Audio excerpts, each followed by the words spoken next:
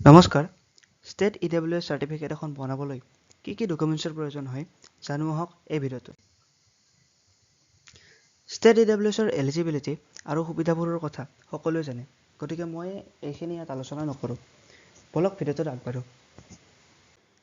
এইখন হ'ল EWSৰ application form এইখন আপুনি চাৰ্কুল অফিচৰ ওচৰৰ জেৰক্সৰ দোকান বা CSC চেণ্টাৰত পাই যাব এইখন আপুনি ফিল আপ কৰি ইয়াত দেখুৱাৰ দৰে দুটা কোৰ্ট ফি লগাই আৰু এখন ফটো ইয়াত লগাই আপুনি এছিষ্টেণ্ট মণ্ডলৰ অফিচত জমা দিব লাগিব বাকি ডকুমেণ্টছবোৰৰ লগত একেলগে আৰু ইয়াত এখন ফটো লগাই আৰু এখন ফটো লাগিব হয় ঘৰৰ লগত এখন ফটো লাগিব সেইখন লগাই একেলগে জমা দিব লাগিব এইখন গাঁওবুঢ়াই দিয়া চাৰ্টিফিকেট য'ত তেওঁ লিখি দিব যে আপুনি সাধাৰণ শ্ৰেণীৰ লোক আৰু লাগিব ইনকাম চাৰ্টিফিকেট আৰু এখন পাৰ্মানেণ্ট ৰেচিডেণ্ট চাৰ্টিফিকেট আন কেইখনমান গুৰুত্বপূৰ্ণ ডকুমেণ্ট মই ইয়াত লিখি দিছোঁ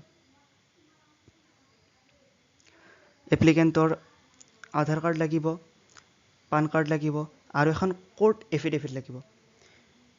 যদিহে এপ্লিকেণ্টৰ 18 বছৰ হোৱা নাই তেন্তে কোৰ্ট এফিডেভিটখন এপ্লিকেণ্টৰ মাক বা দেউতাকৰ নামত হ'ব আৰু যদি এপ্লিকেণ্টৰ 18 বছৰ পাৰ হৈছে তেনেহ'লে এফিডেভিটখন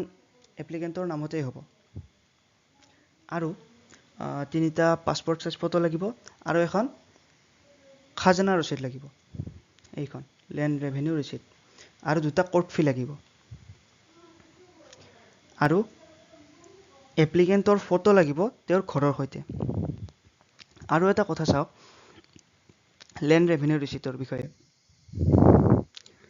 এই দুটা হ'ল কোৰ্ট ফি ধৰি লওক এইখন এখন জিলা এইখন এখন ডিষ্ট্ৰিক্ট ইয়াত এইখন এখন গাঁও আছে A এইখন এখন গাঁও আছে B যদি আপুনি এড্ৰেছ দিছে এইখন গাঁৱৰ তেন্তে আপুনি এইখন গাঁৱত থকা আপোনাৰ মাটিৰ খাজানাৰ ৰচিদ দিবলৈ চেষ্টা কৰিব যদি আপুনি এইখন গাঁৱত থকা মাটিৰ খাজানাৰ ৰচিদ দিয়ে আৰু আপুনি এড্ৰেছ দিয়ে এইখন গাঁৱৰ তেন্তে তেওঁলোকে সেইখন গ্ৰহণ নকৰিব পাৰে গতিকে এইখন গাঁৱৰে যিখন গাঁৱৰ আপুনি এড্ৰেছ দিছে সেইখন গাঁৱত থকা মাটিৰহে খাজনাৰ ৰচিদ দিবলৈ চেষ্টা কৰিব ধন্যবাদ ভিডিঅ'টো সম্পূৰ্ণ চোৱাৰ বাবে